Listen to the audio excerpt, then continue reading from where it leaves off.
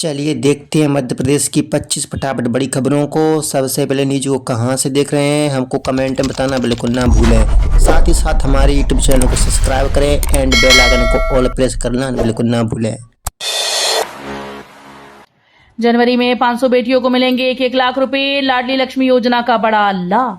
मध्य प्रदेश की लाडली लक्ष्मी योजना के तहत बेटियों को शिक्षा के लिए लगातार प्रोत्साहित किया जा रहा है। शैक्षणिक सत्र 2026-27 में सत्यापन प्रक्रिया पूरी होने के बाद जुलाई में 4043 पात्र छात्राओं के खातों में ऑनलाइन प्रोत्साहन राशि भेजी गई।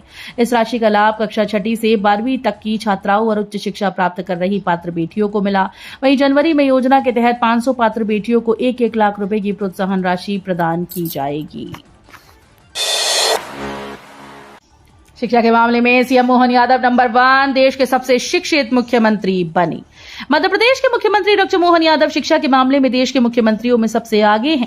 एडीआर और नेशनल इलेक्शन वॉच की रिपोर्ट के अनुसार देश के 31 मुख्यमंत्रियों के चुनावी शपथ पत्रों के विश्लेषण में ये जानकारी सामने आई। रिपोर्ट में बताया गया कि केवल 3 मुख्यमंत्रियों के पास पीएचडी की डिग्री है, जिसमें डॉक्टर मोहन यादव भी शामिल हैं।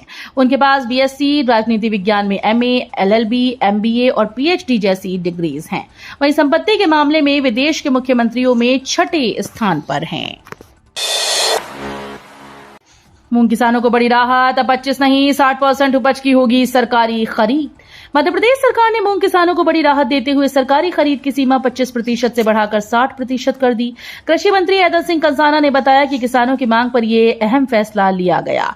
साथ ही मूंग उपार्जन के लिए स्लॉट बुकिंग की अंतिम तिथि बढ़ाकर 10 अगस्त कर दी गई। मंत्री ने कहा कि मुख्यमंत्री डॉक्टर मोहन यादव के निर्देश पर गठित मंत्री समूह ने किसान संगठनों से चर्चा के बाद ये निर्णय लिया। 100% रिजल्ट पर प्राचार्यों को मिलेगा 1 लाख का इनाम। स्कूल्स को 5 लाख की प्रोत्साहन राशि।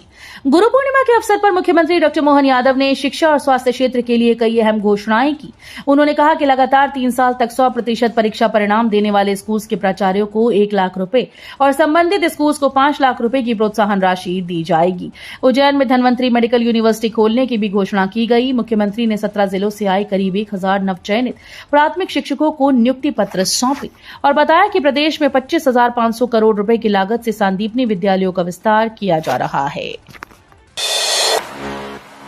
एमपी में खुलेगा टेक्नोलॉजी का नया द्वार। ग्वालियर में बनेगा 5G 6G निर्माण केंद्र। मध्य प्रदेश के ग्वालियर में देश का पहला टेलीकॉम मैन्युफैक्चरिंग जोन स्थापित किया जाएगा। इसके लिए केंद्र सरकार के दूरसंचार विभाग और मध्य प्रदेश सरकार के उद्योग विभाग के बीच एमओयू साइन हुआ है।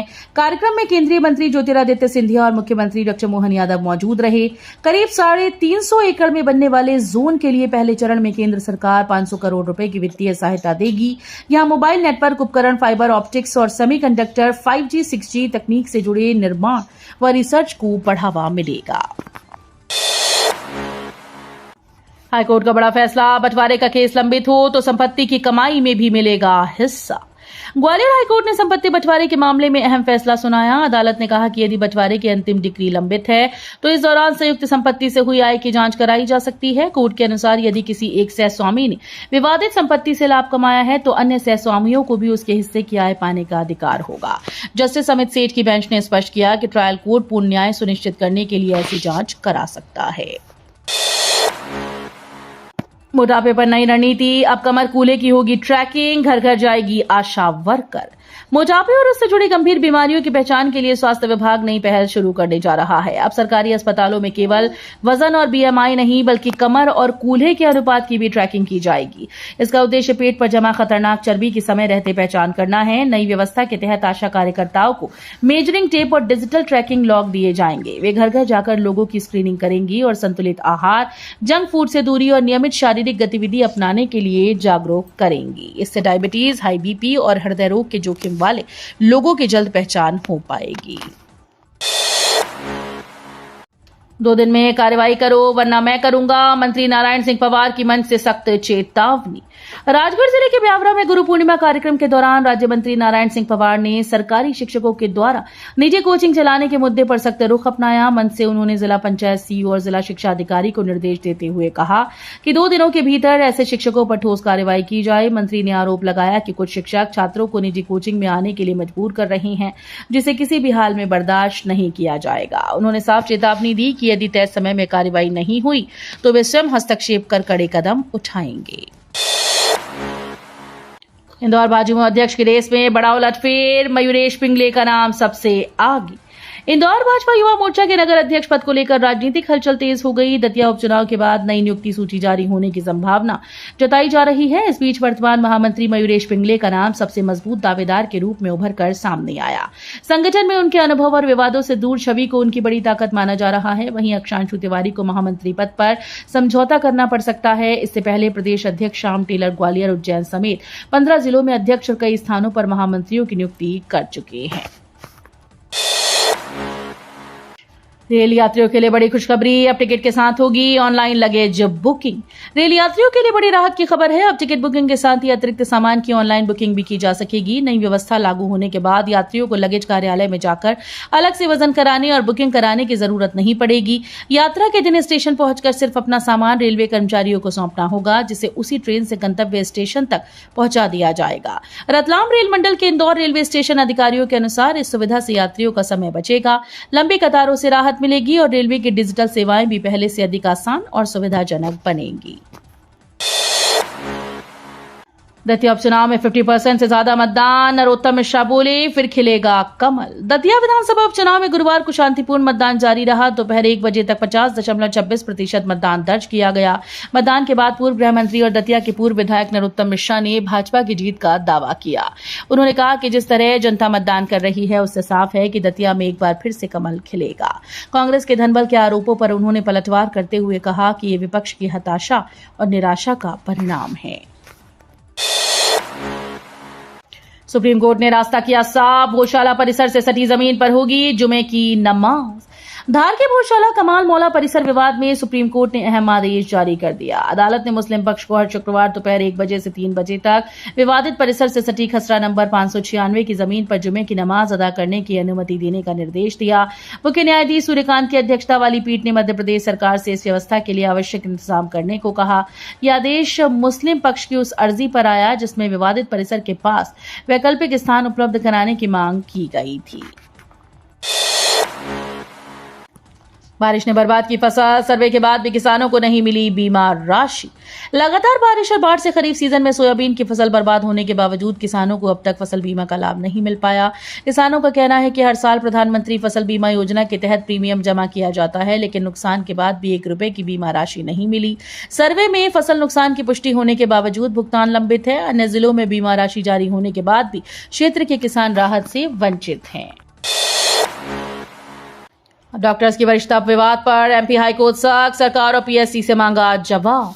मध्य प्रदेश हाईकोर्ट में डॉक्टर्स की वरिष्ठता और पदोन्नति में कथित भेदभाव का मामला पहुंचा। खंडवा निवासी डॉक्टर सोमपाल सिंह की याचिका पर सुनवाई करते हुए कोर्ट ने राज्य सरकार, मध्य प्रदेश लोक सेवा आयोग और अन्य संबंधित पक्षों को नोटिस जारी कर जवाब तलब किया। याचिका में आरोप है कि पीएससी परीक्षा पास करने के बावजूद उनकी नियमित सेवा 1994 से मानी गई, जबकि परीक्षा पास न करने वाले एक डॉक्टर को 1989 से वरिष्ठता का लाभ देकर पहले पदोन्नति दे दी गई। पूर्व विधायक विपिन नवानखेड़े समेत 8 आरोपी बरी, एमपी एमएलए कोर्ट ने सुनाया बड़ा फैसला। आगरमालवा के 6 साल पुराने मामले में एमपी एमएलए कोर्ट ने पूर्व विधायक विपिन नवानखेड़े समेत 8 आरोपियों को संदेह का लाभ देते हुए बरी कर दिया। कोर्ट ने कहा कि किसी मुद्दे पर पुलिस अधिकारियों से बहस या तर्क वितर्क करना अपने आप में शासकीय कार्य में बाधा का अपराध नहीं माना जा सकता। ये मामला वर्ष 2020 में बड़ौद थाने में दर्ज हुआ था, जिसमें पुलिस ने शासकीय कार्य में बाधा, धमकाने और धक्का मुक्की के आरोप लगाए थे। सुनवाई के बाद न्यायालय ने सभी आरोपियों को दोष मुक्त कर दिया। मेहर में आंगनवाड़ी पोषण आहार पर सवाल, बच्चों को नमक पूड़ी देने का वीडियो वायरल। मेहर जिले के ककरा गांव स्थित आंगनवाड़ी केंद्र का एक वीडियो सोशल मीडिया पर वायरल होने के बाद पोषण आहार व्यवस्था पर सवाल उठने लगे। वीडियो में दावा किया जा रहा है कि बच्चों को निर्धारित पोषण आहार की जगह सिर्फ नमक और पूरी परोसी गई। मामले की जानकारी मिलने के बाद महिला और बाल विकास विभाग ने जांच शुरू कर दी। हालांकि वीडियो में किए गए दावों की अभी आधिकारिक पुष्टि नहीं हो पाई।